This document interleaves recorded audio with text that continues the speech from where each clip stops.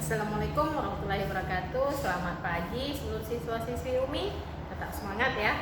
Baik, pada pembahasan kali ini kita akan membahas kembali tentang perbandingan senilai dan berbalik nilai. Namun pada kesempatan ini kita lebih fokus ke soal-soal dalam pembahasan materi kita tentang perbandingan ya.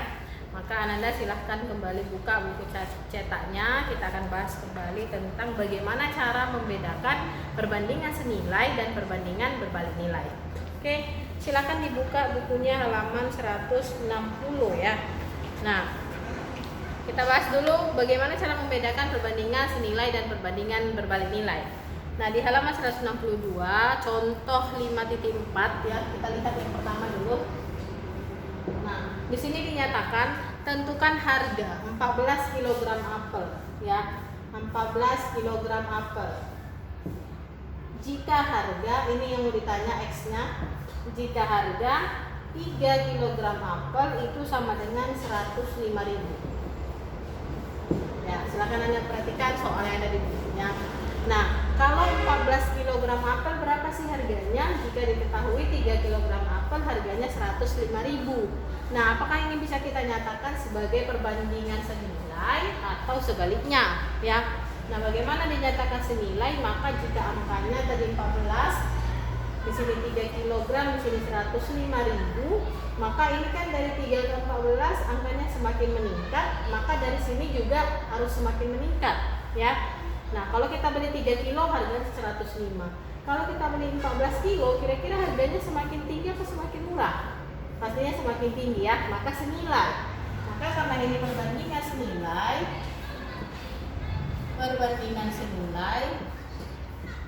ya ini yang perlu dipahami.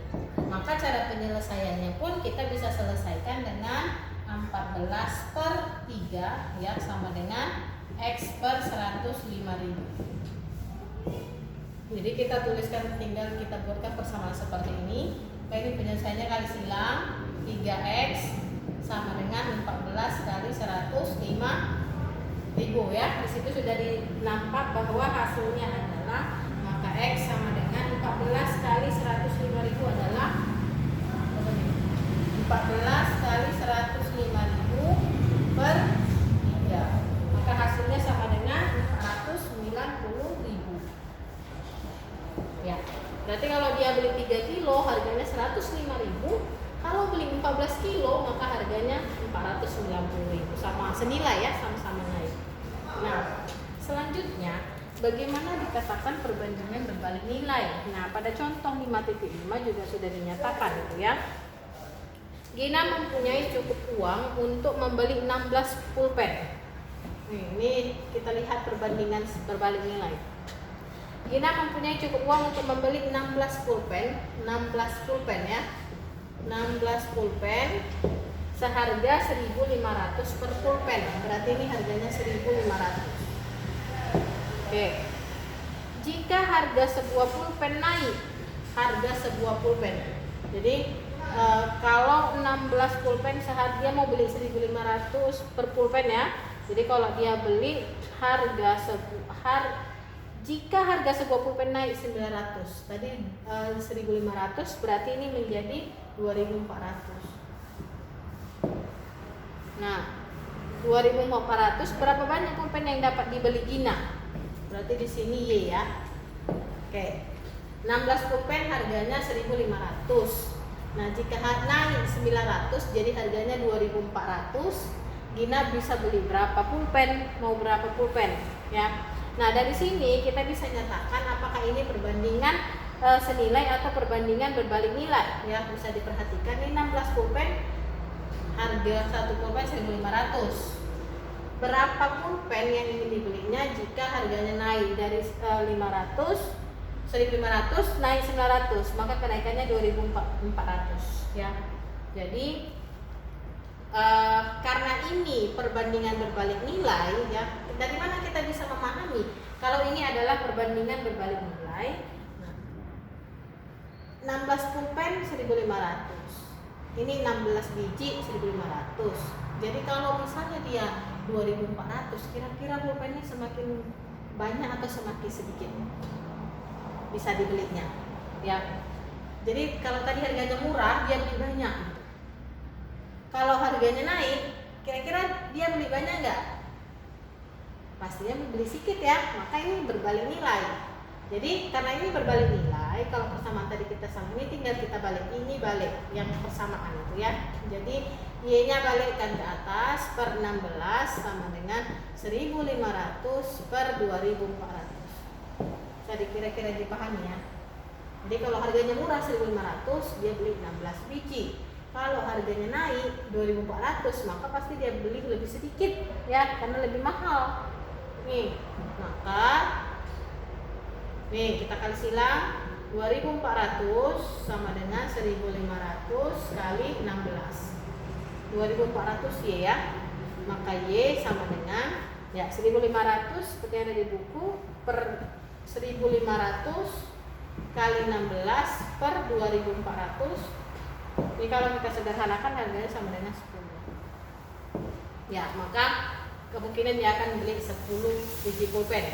Kalau 2400, tadi kalau 1500 dia beli 16. Kalau 2400 dia beli 10 biji ya. Itu dia. Jadi memahami perbandingan senilai dengan perbandingan berbalik nilai, perhatikan kalau senilai dia sejalan, sama-sama naik, sama-sama turun. Kalau berbalik nilai, maka dia kita balikkan variabelnya ya. Nah, jadi dari beberapa contoh soal yang sudah Umi berikan, kalau kita perhatikan kembali latihan 5.2 yang ada di buku halaman 165, misalnya kita ambil contoh yang nomor 4 ya. Sebuah mobil menempuh jarak 360 km. Ya. Sebuah mobil menempuh jarak 600. Ya, kita mau menyelesaikan soal nomor 4. Nomor 4 halaman 165. Ya. Sebuah mobil menempuh jarak 360 km. Ini bisa ditempuhnya dalam 8 jam. Oke. Berapa jarak yang ditempuh dalam 15 jam? Ya, ini 15 jam. Nah, ini tanda tanya. Kita nyatakan sebagai X. Oke. Nah, kalau memperhatikan soal ini, kira-kira ini perbandingan senilai atau berbalik nilai ya? 360 km bisa ditempuh dalam 8 jam. Nah, kalau semakin banyak 15 jam.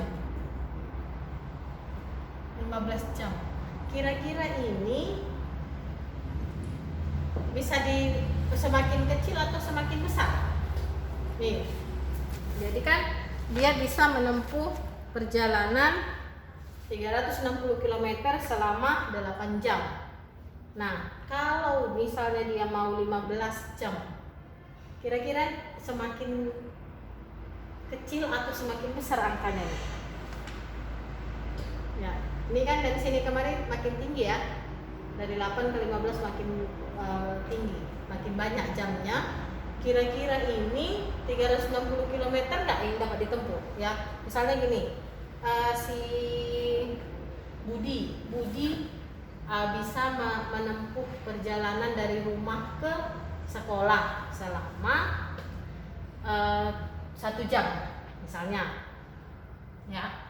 Dia bisa menempuh perjalanan dari rumah selama 1 jam jika kecepatan kendaraannya itu 60 km ya, 60 km. Nah, jika dia tadi 1 jam ya dari rumah, jika dia mau sampai di sekolah setengah jam, berarti dari 1 jam berkurang menjadi setengah jam ya. Nah, kira-kira dia bisa menempuhnya itu tadi kan 1 jam 60 km. Kalau setengah jam dia sampai di situ, berarti dari jamnya berkurang setengah. Kira-kira kilometernya bertambah atau berkurang? Tadi 60 km per jam. Nah, otomatis kan semakin kencang dia kan.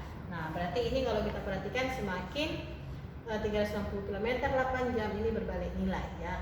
Jamnya bertambah, kilometernya berkurang. Nah, karena ini berbalik nilai, kita balik X per 360 sama dengan 8 per 15. Yang dibalik itu selalu yang ada variabelnya ya. X-nya naik ke atas, ini 360, 8 per 15. Kita kali silang. 15X sama dengan 8 kali 360. Ya, maka X sama dengan 8 kali 360 per 15. Sama dengan 2880 per 15 sama dengan 192 km. Ya, jadi kalau tadi 360 8 jam, ini 192 kan berkurang ini angkanya ya kan. Dari sini kemari berkurang, ini kemari meningkat. Makanya ini dinyatakan sebagai perbandingan berbalik nilai. Ya, baik Ananda, mudah-mudahan yang Umi jelaskan bisa dipahami. Jadi kalau kita perhatikan nomor 5, ini sudah diselesaikan kemarin ya. Harga 9 meter kain 31.950. Tentukan harga 25 meter kain. Nah, ini senilai karena semakin tinggi meterannya semakin mahal harganya. Jadi angkanya meningkat di meternya, di harganya juga meningkat.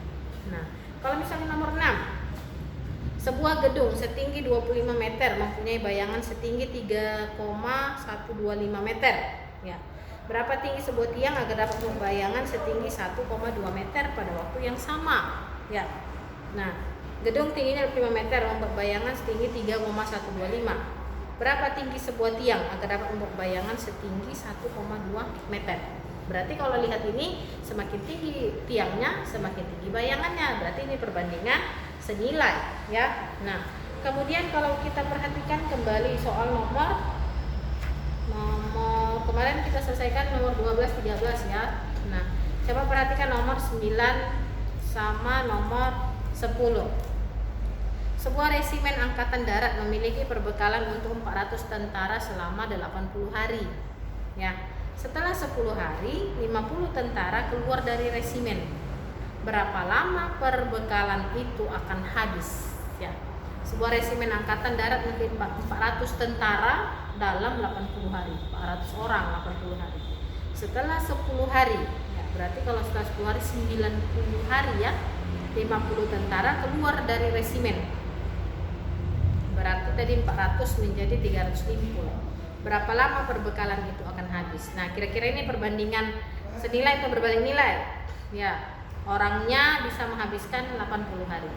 Kalau orangnya bertambah, maka harinya berkurang nggak? Ya, 400 tentara 80 hari.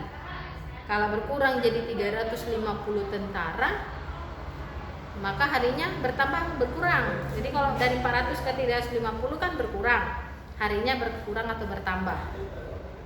Ya, ini perbandingan berbalik nilai. Oke, coba dikerjakan nanti halaman 166 nomor 9 dan 10 kembali ya nak, untuk lebih pemantapan mana perbandingan senilai, mana perbandingan berbalik nilai. Demikian pembahasan kita pada hari ini, mudah-mudahan bisa dipahami. Assalamualaikum warahmatullahi wabarakatuh.